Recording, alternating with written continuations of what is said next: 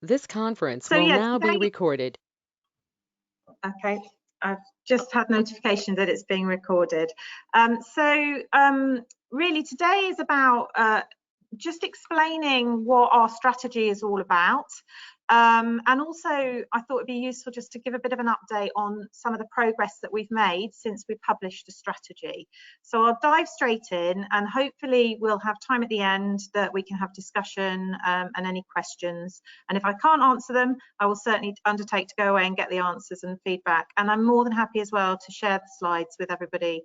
So there's quite a lot of information on them. I'm not expecting to cover it all.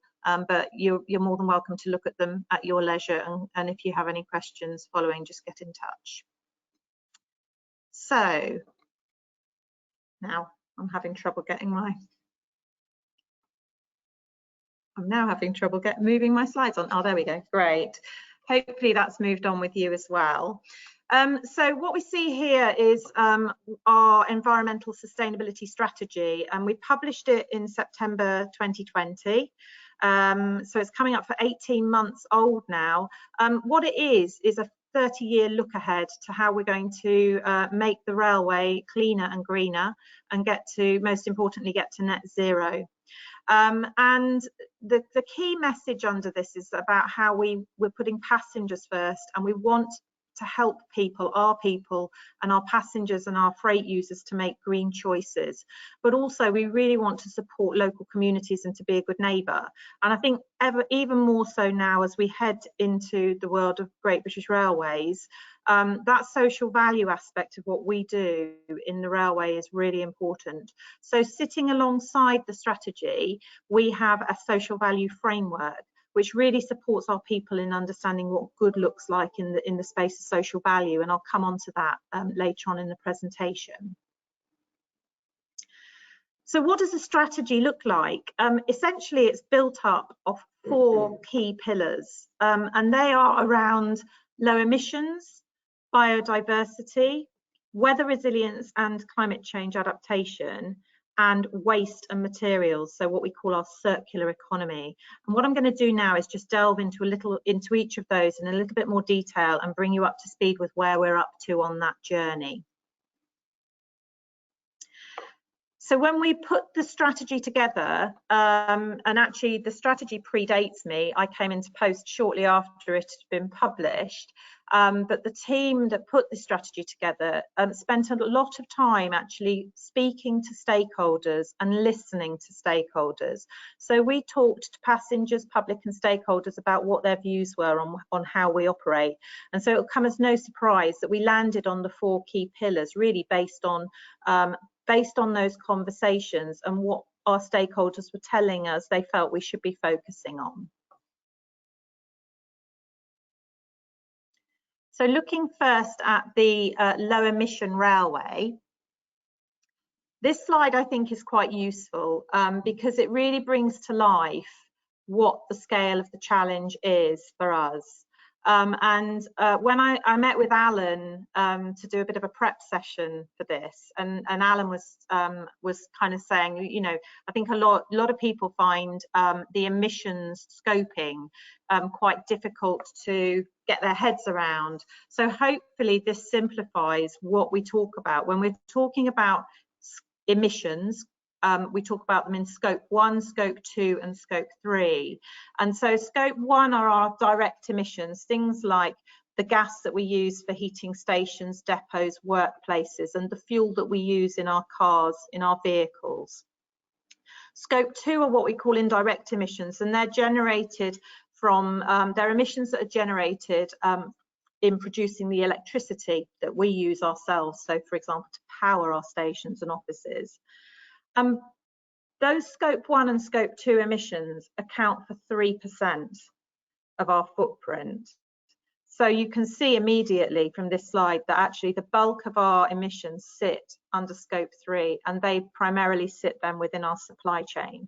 So it's really important that we're bringing our supply chain on this journey with us. This isn't something that we can tackle in isolation, and that's a really key message. And we've really worked hard to engage with supply chain through our contracts and procurement team through webinars, workshops, really working with them to get them addressing their own emissions. And I'm hoping that this page is going to move on. Yeah, it has. So when we talk about a low emission railway, we talk primarily about greener trains and greener assets. And there are some key milestones here that we set ourselves. And you'll see the fundamental milestone sitting above everything else is that we will get to net zero carbon. And for Scotland, they're more ambitious. So their target is by 2045. And for England and Wales, it's by 2050. And it's not just about emissions, it's actually also about things like air quality. So they're very much linked, but it's really important to us that we're starting to drive forward better practices around air quality as well. So hot on the heels of publishing the strategy, we published our science-based targets. And that was a real key moment, I think, for Network Rail. I think we were the first railway organisation in the world to commit to the more challenging, to getting to the more challenging target of 1.5 degrees C. And actually, I think that sets us, you know, I'm not suggesting that Network Rail is perfect, but actually I think we are in leading the way in terms of making those commitments and actually being really clear about what we're aiming for. We then published our traction decarbonisation network strategy. That in itself is quite challenging because we know that we don't have limitless pots of money for electrification schemes. So we're very much looking at a blended mix of what will be in the future net electrification schemes and then other modes of powering trains, things like hydrogen and battery. I'm moving, sorry, I'm going to move my little thing around the screen here because I can't see my slides properly, but bear with me a moment. Okay, so yes, so widespread trials of bi-mode, so hydrogen and battery trains, and actually, if any of you saw the press last week, Porterbrook now have their flex module out on the network, so that's great to see. And then thinking about air quality, you know, we want to make sure that we're focusing on that, so reducing harmful pollutants across our managed stations portfolio. We're actually underway at the moment with a piece of work that we're doing jointly with the RSSB on air quality monitoring. So we've got monitoring set up at 104 stations across the network, and that will be really interesting to see what that's telling us about state of air quality within our estate.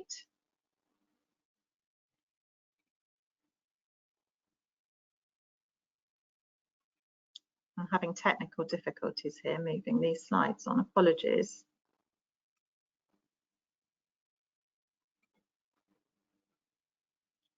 I'm having significant technical difficulties. Oh, here we go. Okay, there we go. So the second aspect of our low emission railway pillar, it relates to greener assets.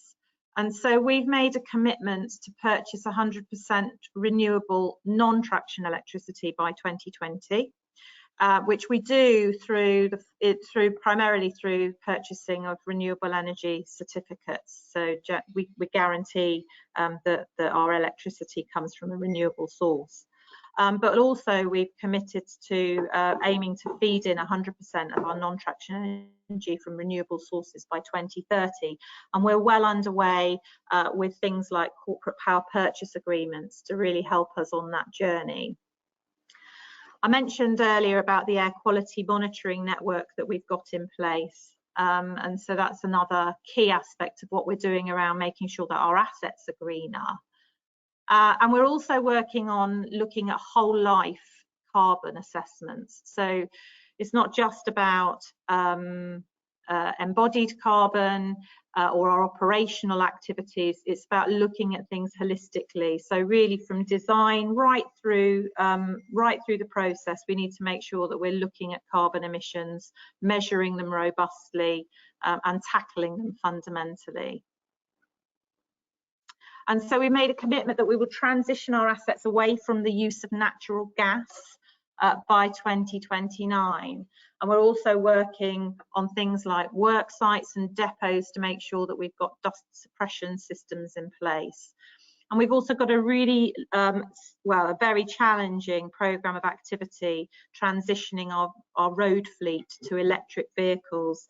And that's become even more challenging as the targets for that have accelerated. So what was 2029 actually is now 2027.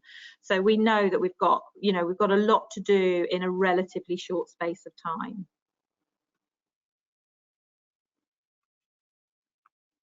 And I'm now trying to move my slides on. Apologies for those of you that are on the call that my system seems to be going on a go slow. Jo, you might want to try using the arrow keys to scroll through. Sometimes that's more effective than the mouse. I'm doing it.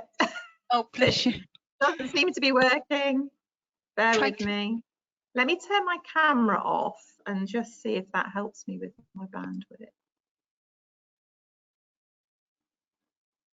I'm really sorry. Oh, here we go. Sorry, hopefully you can see that. We've moved on.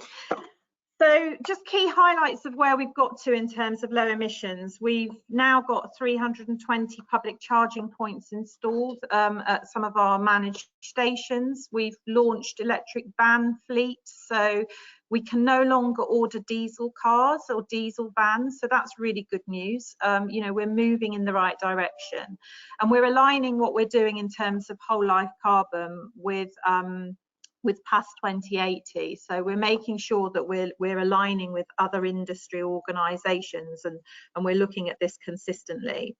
As I mentioned earlier, we purchased these REGOs, certificates of renewable energy generation, but we have also launched a corporate power purchase agreement tender. We're just about to go live with the first one of those for our business, and that will see us procuring roughly 20% of our non-traction energy, but there's more to come on that.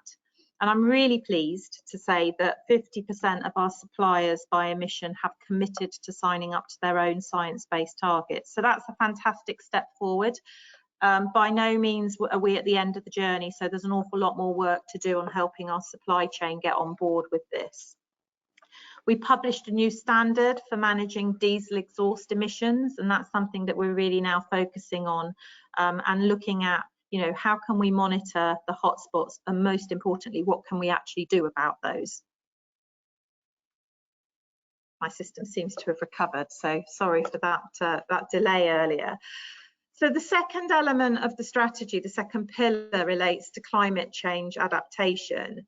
And there's an awful lot of it. I mean, you only have to look out of the window today. I'm in London and it's teeming it down, but weather impacts massively on how we are able to operate our network.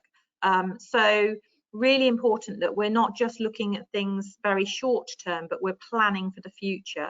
And so a lot of what we're doing in this space is really looking at projections, it's looking at the vulnerability of the network. So we've got some research and development work going on at the moment, looking at vulnerability, prioritisation, mapping, and looking at the real cost of weather and climate change.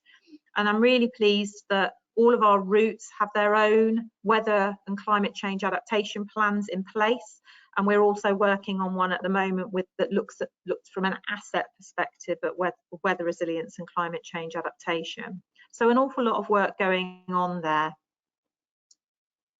This is just to kind of bring us up to speed in terms of some of the key events that have happened most recently, and what we're working on. So we've got a strategic framework that we're working on, which is due for completion by this summer, and looking at the priorities that we need to feed into our control period 7 and our whole industry strategic plan activities. So again, really focusing on what we can do to make the railway more resilient for the future. And we're working on guidance at the moment around adaptation pathways. So just before Christmas, we submitted our 3rd adaptation report to DEFRA. We've had some really good feedback on that. It's a very, very comprehensive document, very detailed document, but a really, really worthwhile read if you get the opportunity to have a look at that. It's available publicly. And we're working now with the regions on implementation of those RACA asset plans. And for those of you that may or may not be aware, but there's something called the Task Force on Climate-Related Financial Disclosure, which we're also looking at addressing. So this is how can we report appropriately within our annual reports and accounts any kind of risks associated with climate-related actions. So that's something that's new, that we're currently underway with some gap analysis work on that. And I mentioned earlier that we've got some projects, some research and development projects underway looking at vulnerability and prioritisation work. So the third pillar of the strategy focuses on, oh, I think I've just come out of, apologies, just come out of slide share mode. Doesn't seem to want to let me stay in there. Hopefully that will stay on. The third pillar of the strategy is around biodiversity of plants and wildlife. So this is about a commitment that we will look after, protect and enhance biodiversity on the railway landscape. And I know that that sometimes feels quite challenging because, you know, trees and railways generally don't go well together. But it isn't all about trees. You know, we have committed to no net loss of biodiversity by 2024.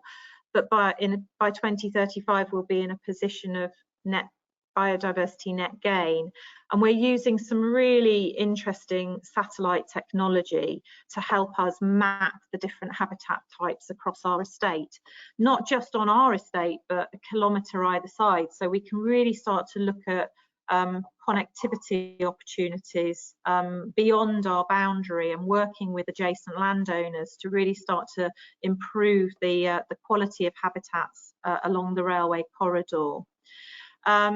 We published a sustainable railway design guide, and we have baselined our biodiversity. So as I said, we've got those habitats captured now, and it will enable us then to map the improvements and the changes to the biodiversity across the estate. And we have a biodiversity action plan in place as well, which really helps our people understand what good looks like. So there are some fantastic pilot schemes going on within the business at the moment, and we're learning from those and we're sharing that learning across the business.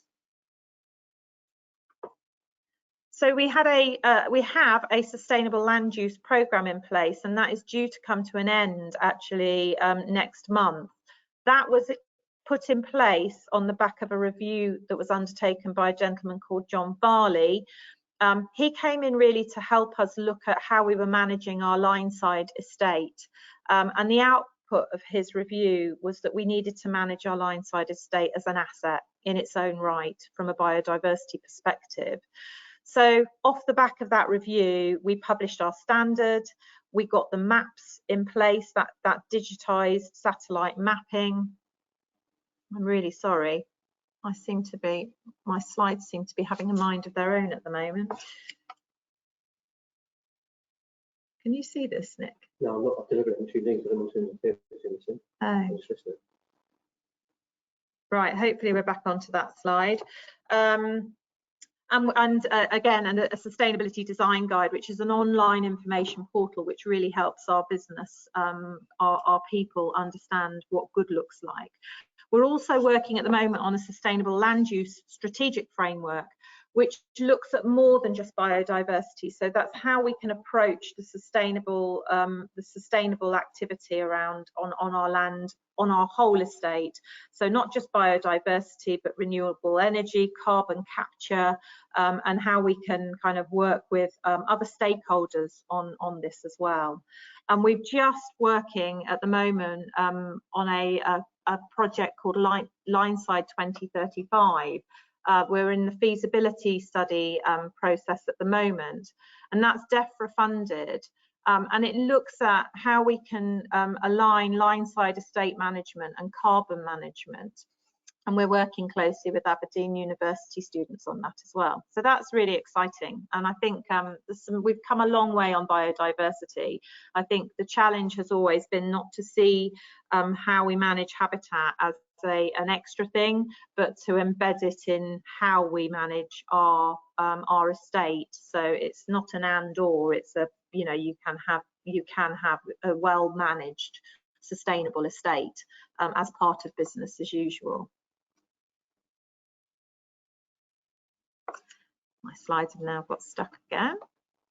Okay, so the final pillar of the strategy relates to what we call circular economy, and that's all about minimising waste and use of materials. And so we've got some really interesting work going on at the moment, looking at the mapping and prioritisation of different work streams. And we're looking at the bigger ticket items, things like steel, ballast, concrete, stuff that we use a lot of, but we know actually needs to be less linear, i.e. purchase, use, dispose, and more circular.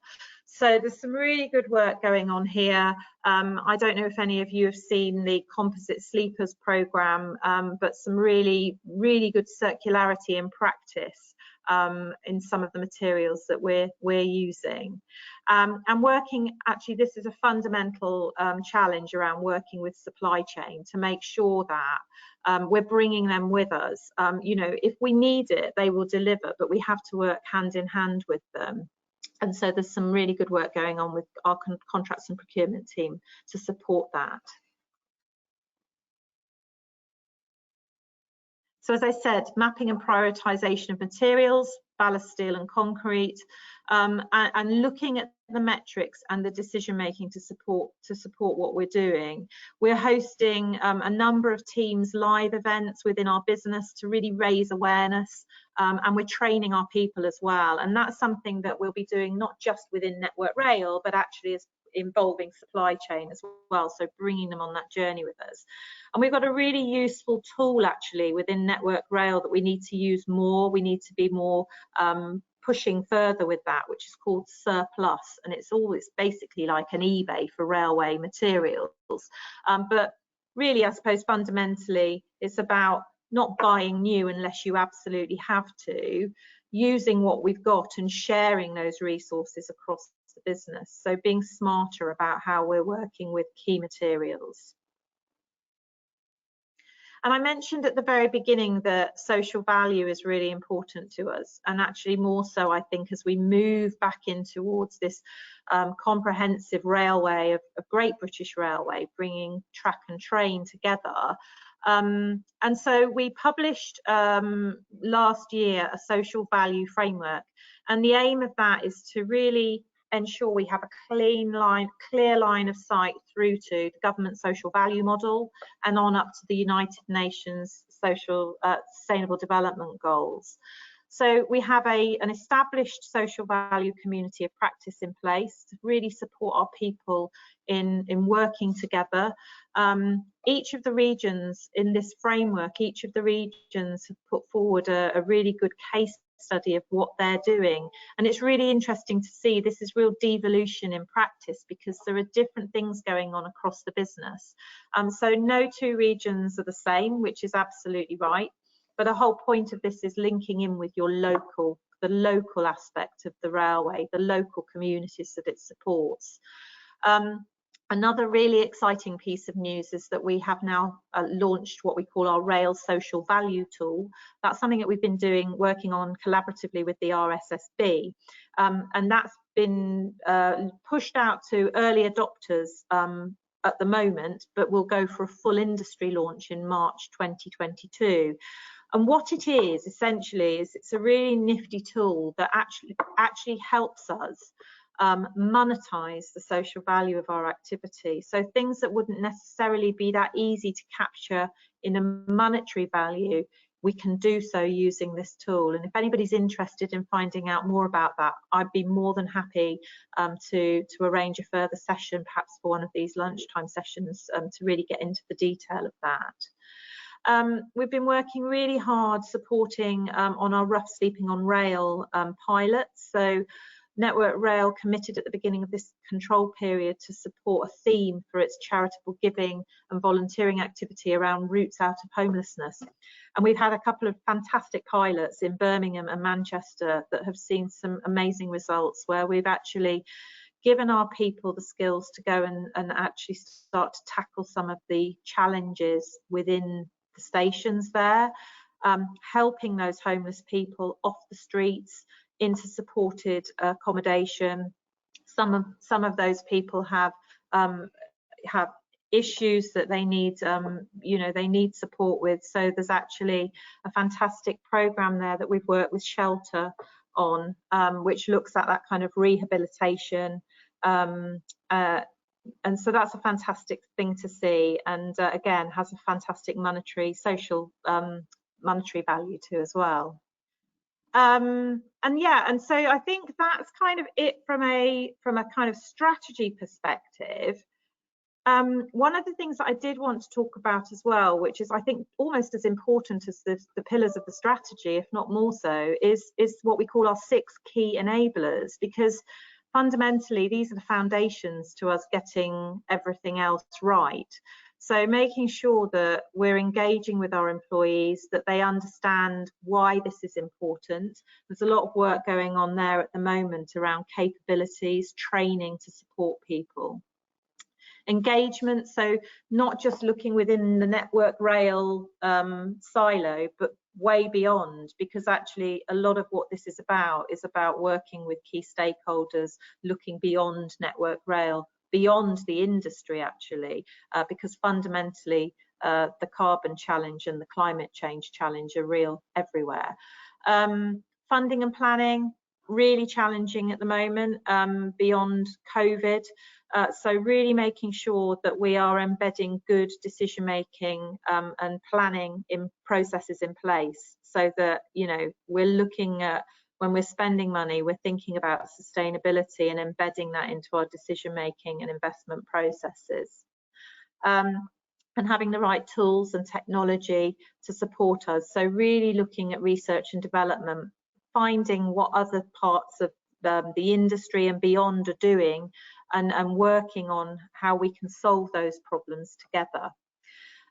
Systems and processes are really important foundation of what we're doing. So again, really making sure that we're trying to make it easy for people to make the right decisions. And I know sometimes it doesn't feel like it's easy when we have competing priorities, but actually fundamentally making sure that we're embedding sustainable thinking in everything that we do. And then finally, last but by no means least, is measurement. So it's no good us just kind of setting off hopefully on the journey. We've really got to be robust in how we measure what we're doing. And so we're working at the moment on some really interesting key performance indicator work around an ecological footprint measure. So hopefully more to come on that, but that's something that we're going to be running for the next year to see what it tells us.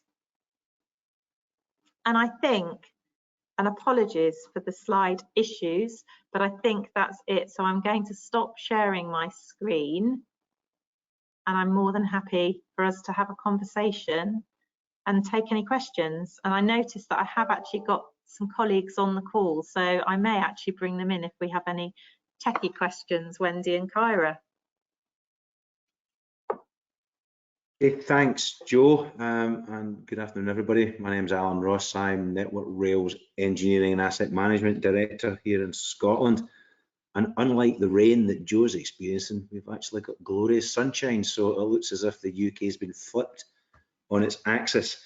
That was a hugely interesting presentation, Joe. I mean, obviously, this subject is very topical. We had COP26 here in Glasgow in November last year, but, this is a crisis that affects everybody, doesn't it? It affects the entire world, and although it's in a small way, rail needs to play its part. And I think what you've set out is quite an ambitious, but nevertheless absolutely essential programme of activities that will present their challenges. So I'm kind of looking in the chat. We don't have any questions yet, which is quite unusual.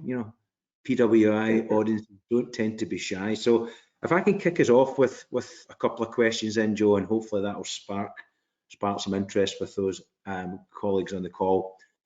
So quite a large chunk of our challenge is in and around how we manufacture things that we need to utilise in the railway.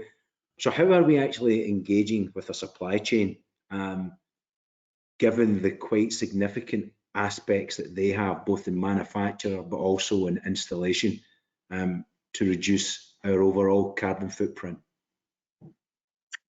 So we're working really hard on this, and actually, you know, have been since we published the strategy. So we've hosted various roundtables, webinars, to really help get supply chain on board. And this isn't about a stick, actually. This isn't about us kind of beating supply chain up.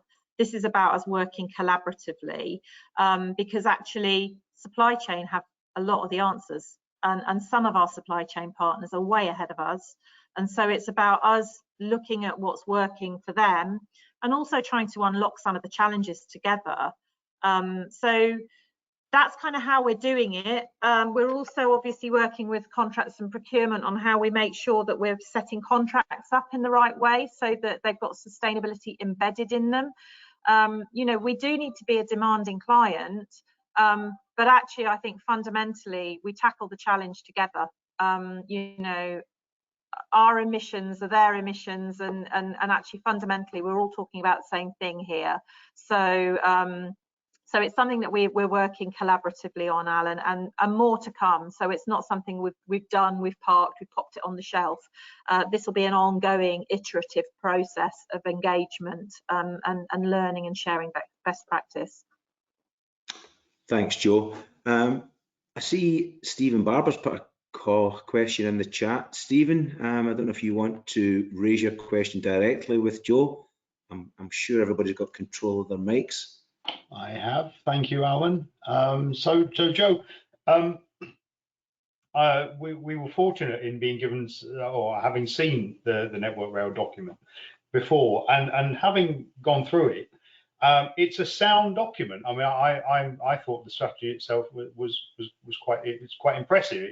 It does a lot of things that the rail. It talks about doing a lot of things the rail industry needs to do, but it's a rather inward-looking document, because there's an awful lot of public published material at the moment out there in the general world of engineering, general world of transport, that clearly says that the best thing that rail can do to deliver decarbonisation and climate change, or slowing climate change, is actually to carry traffic that is actually carried in other modes at the moment.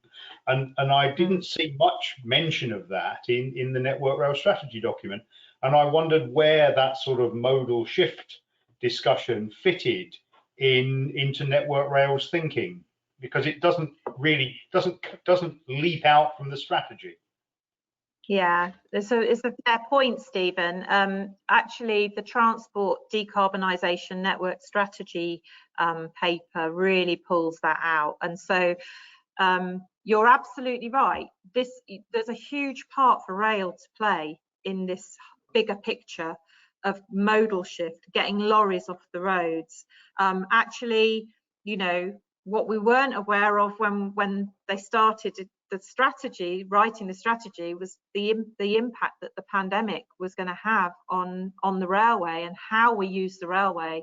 So there's a massive opportunity for things like freight, express freight. You know, it's a very quickly shifting landscape actually. But you're right.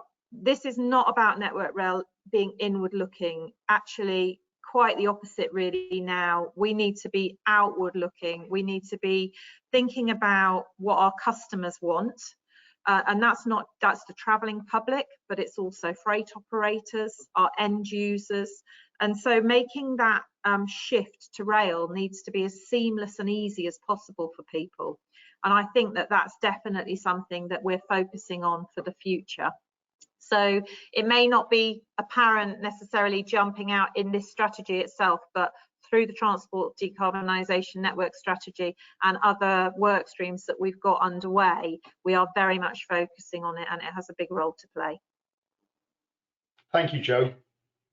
Thanks, Joe, and thanks, Stephen. Really good question. And I think it just illustrates that, you know, decarbonising the rail industry, both in terms of traction, but also a wider contribution to greenhouse gases. The real prize is that modal shift, and there's no doubt the real prize of the modal shift is freight.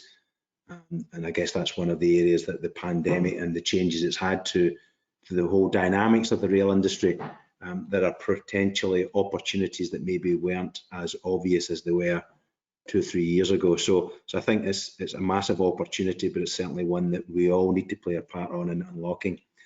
Tony Elkington's got a question in the chat. Tony, do you want to ask your question directly to Joe? Yeah, I was just wondering what kind of information government's supplying to you guys with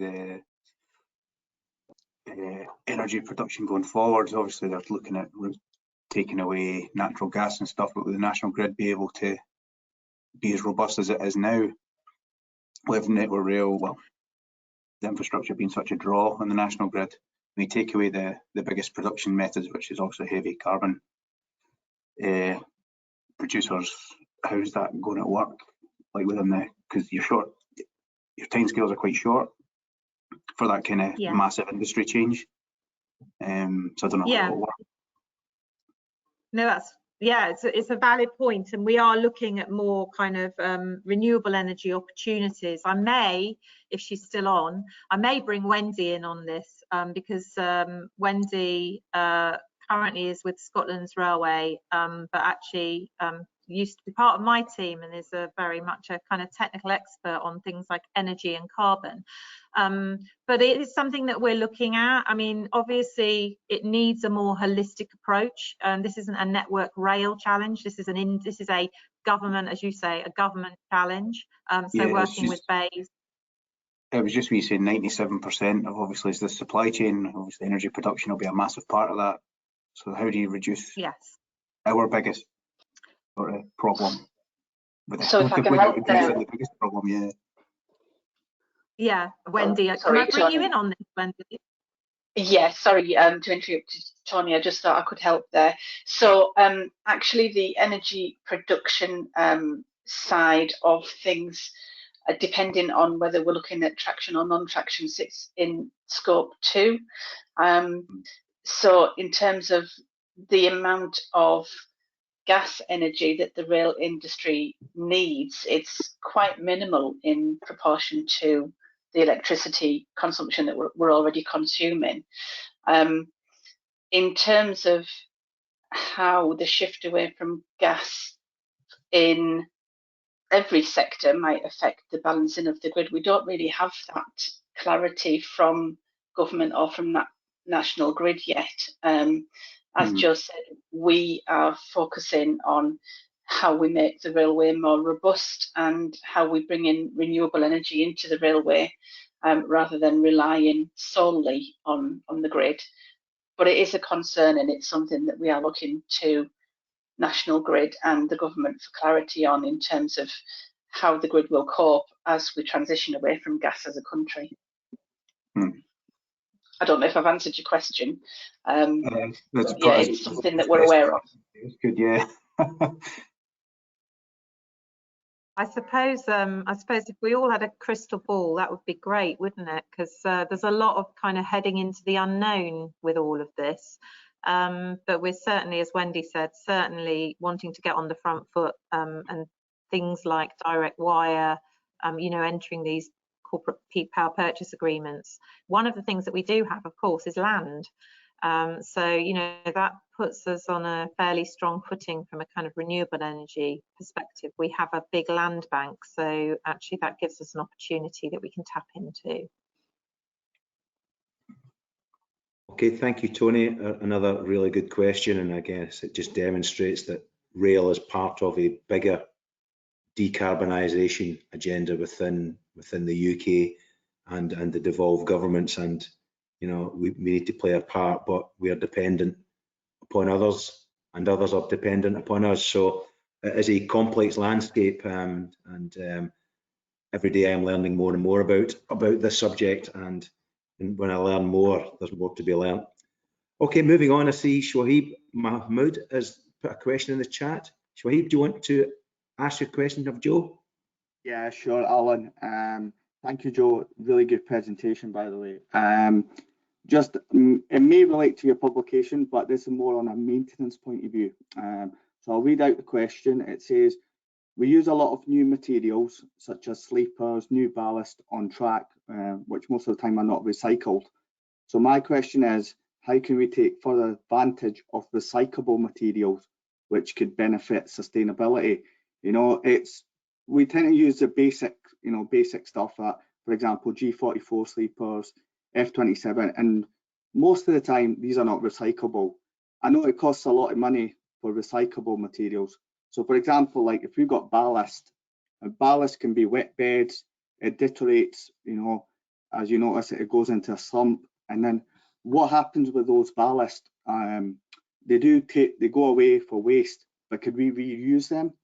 So that's my question, that how can we, in terms of carbon footprint, how can we able to reduce and help, going forward, if we are going to reduce sustainability? If that relates to a lot of the publications. Sorry, Joe, if that doesn't, obviously, I'll leave it to you. This is one of, I think, an area where we've got so much more that we can do. We're fairly immature, I would say, is probably the nicest word to use in this area. But we're a big user of materials. So we're working with organisations like Brunel University, looking at things like the circularity of steel. There's a whole load of work that we're working on through our circular economy team within technical authority, but also within the wider business as well. So sleepers, I mentioned, I think in my presentation about these composite sleepers that are now being used. They have a far longer lifespan. They're made up of recycled materials. So actually, what we should be doing really is eliminating that's the first thing. Eliminate the waste, but then also think about all of the products that we use, how can we make them more circular rather than just disposing of them at the end of their life? And I think a lot of that as well is I don't think people necessarily go to work thinking they're going to be wasteful. And I think actually some of the behaviours that we see are driven for what people believe are the right reasons, but we don't make it easy for people. So when I mentioned things like that surplus app, we've got to get smarter about using the materials that we've got more wisely, more efficiently, and then the work that Katie Beardsworth in my team is leading on, which is really looking at all of those, the top 10 materials to start off with, things like steel, ballast, concrete, and actually saying, right, how can we make those as circular as possible? And just to add on to that, Joe, another question we get, it sometimes happens with cost as well, because obviously we're trying to reduce cost.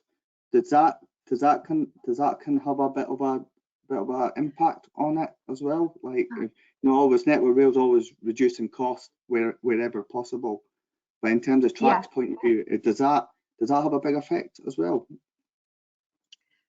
So I think sometimes cost can be a bit of I feel is sometimes a bit of a smoke screen, and I'm not suggesting in all cases, but it always feels like people go, we can't do anything sustainable because it costs more money, but actually it can actually save money. So we've, again, getting smarter about, well, first of all, our buying power. That in itself, we should be benefiting from economies of scale when it comes to procurement of materials. But really just making sure that we are, and as we move forward and there's the innovation that's coming on stream, more and more products are coming to the market now. People want to deliver, low carbon components, low carbon products. And so I think actually it will come. Is it coming quick enough? Doesn't feel like it at the moment. But we've got to start accelerating what we're doing in this space.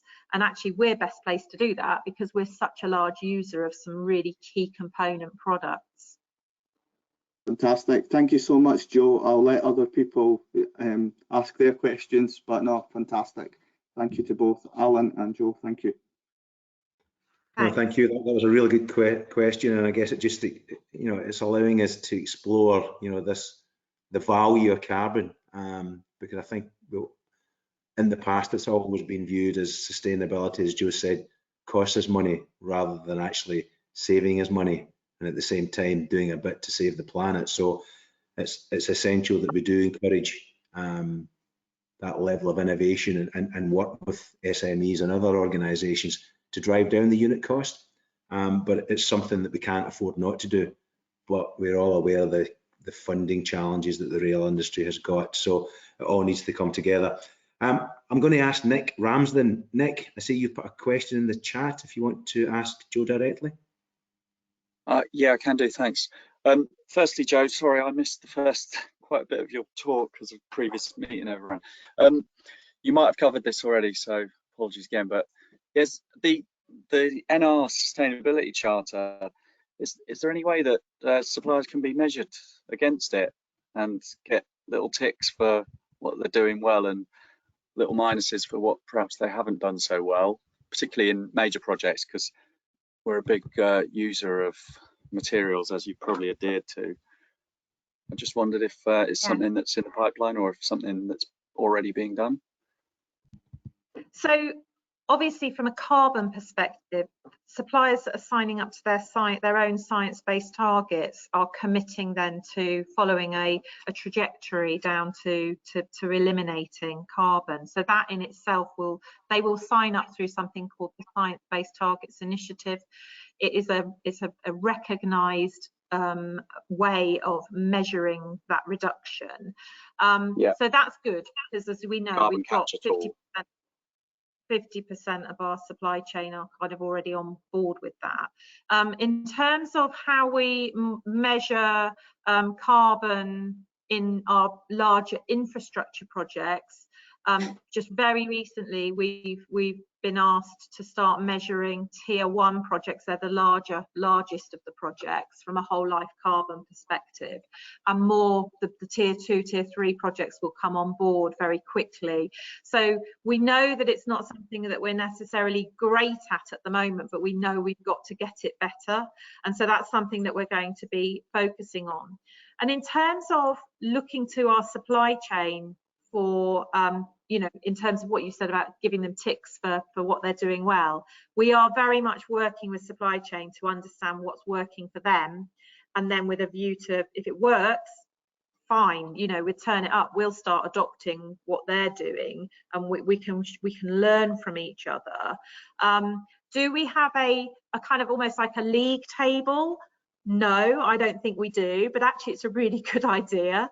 So I think that's something that we could most definitely have a look at, because actually, as you say, I think Stephen said earlier in the call, this is very much about what Network Rail is doing, but actually fundamentally we have to look at this as a whole industry challenge, and actually measuring our suppliers and what they're doing is really key to that. So yes, we're measuring them in terms of those that are signing up to their own science-based targets, but we're not comprehensively looking at how each of them are doing in terms of some of the milestones that we set ourselves, because a lot of those organisations have their own environmental sustainability strategies, and they won't necessarily be complete mirrors of ours. No. Thanks for that answer, Joe. Appreciate it. Good suggestion, though. Certainly something I'll take away. Okay, great. The carbon cup. There you go. We could even seek sponsorship for it as well. Okay, so I see John O'Wright's got a question. John, do you want to ask Joe? Yeah, thanks. Thanks, Joe, for the presentation. That was very interesting. So my question is Network Rail getting involved in any low carbon concrete trials? As then the client, Network Rail, has a good opportunity to do this. How might you encourage designers to specify this routinely? So yes, we are, and actually what I didn't say earlier in my presentation, but what is really important is that we have a decarbonisation programme in place. And so that is driving some of these kind of key activities, looking at things like low carbon components, looking at electric vehicles, the infrastructure required. There's a whole host of activities and work streams going on there. But yes, in answer to your question, it's something that we're working on, and rightly so, given that we are kind of a large user of these kinds of materials. Brilliant, thanks. Okay, do we have any more questions from the audience? If not, Joe, I've got one that I would like to put to you. I'll just have a quick double check. Is this still a question, Alan? So, I mean, I guess one of the challenges that we all face, not just in the rail industry, but let's keep it to the rail industry, is awareness of this subject matter. So awareness, education, because, you know, personally, I've come through a massive education on this over the last 12 months. And lots to learn. I've only scratched the surface of it. So how are we able to share good practice and work collaboratively across the rail industry? And how can we make sure that, you know, social environmental sustainability is part of the curriculum, if that's the right terminology, that, you know, everybody understands and everybody can understand how they can play their part? That's a really good question, Alan. And I mentioned earlier about our key enablers. So that capability piece, really helping our people understand what do they need to know. So we're working at the moment through a lady in my team, Bex Harris, on our competency framework. And that is not something that we're doing just generally centrally within technical authority. We're actually working with key stakeholders within the business. So it's part of a kind of collaboration on what do we need our people to really know, what do we need, what skills do they need. But wider than Network Rail, actually, there's some really good programs out there, some tools through something called the Supply Chain Sustainability School. It's free. If you're in the industry, there's oodles of training and material on there that can help you upskill on that. So if you are in the industry, which I suspect we all are on this call, please do register for that and have a look at all of the different resources that they've got, because it's really, really useful. Some kind of videos, some training programs. So we do it together, I think. You know, again, there's no point Network Rail kind of going, oh, well, we'll just train our people and that's it. You know, again, the challenge is similar across the board. So we're working very much on sharing materials and working with Supply Chain Sustainability School as well, so that we can upskill people. But yeah, it is a challenge, and I don't think I see so much passion and engagement across our business on this. People really do want to play their part. I think coming back to what I mentioned earlier about how we measure ourselves, that's another area where we've really got to work on simplifying that for people, because at the moment we use something called our Environmental Sustainability Index. It measures things like waste, energy, the kind of fundamentals, but actually moving to this kind of ecological footprint measurement tool will be really helpful, because I think it will bring it to life for people and they will be able to understand what part they're playing and what they can do to get on board with the journey. Brilliant, that's great, Joe, and certainly I know Joan's on the call. Joan chairs the institution's environmental sustainability steering group, and I think, you know, that's maybe something that we can look at, how the institution can get tapped into some of those free resources, because we all like a freebie, don't we? Okay, so we're almost out of time, folks. Joe, on behalf of the PWI Lunch and Learn, says that was a fabulous presentation. A lot of breadth in the subject matter.